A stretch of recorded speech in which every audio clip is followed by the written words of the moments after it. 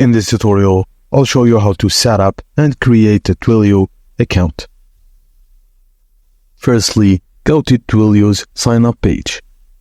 Enter your personal information, including your name, email address, and a secure password. And then click on the Start Your Free Trial button.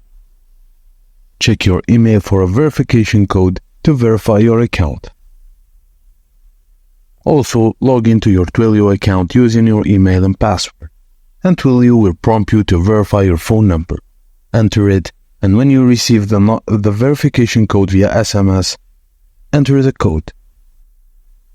After logging in, you'll be directed to the Twilio console. Click on Create a new project. Enter a name for the project and select a use case that best describes your project. Twilio will guide you to get a Twilio phone number. Click on Get a new Twilio number and select a number from the list provided. From the Twilio console, navigate to Messaging section. Click on Create a new message in the service and give your service a name. And by that, you can send a message or SMS to a distant phone number.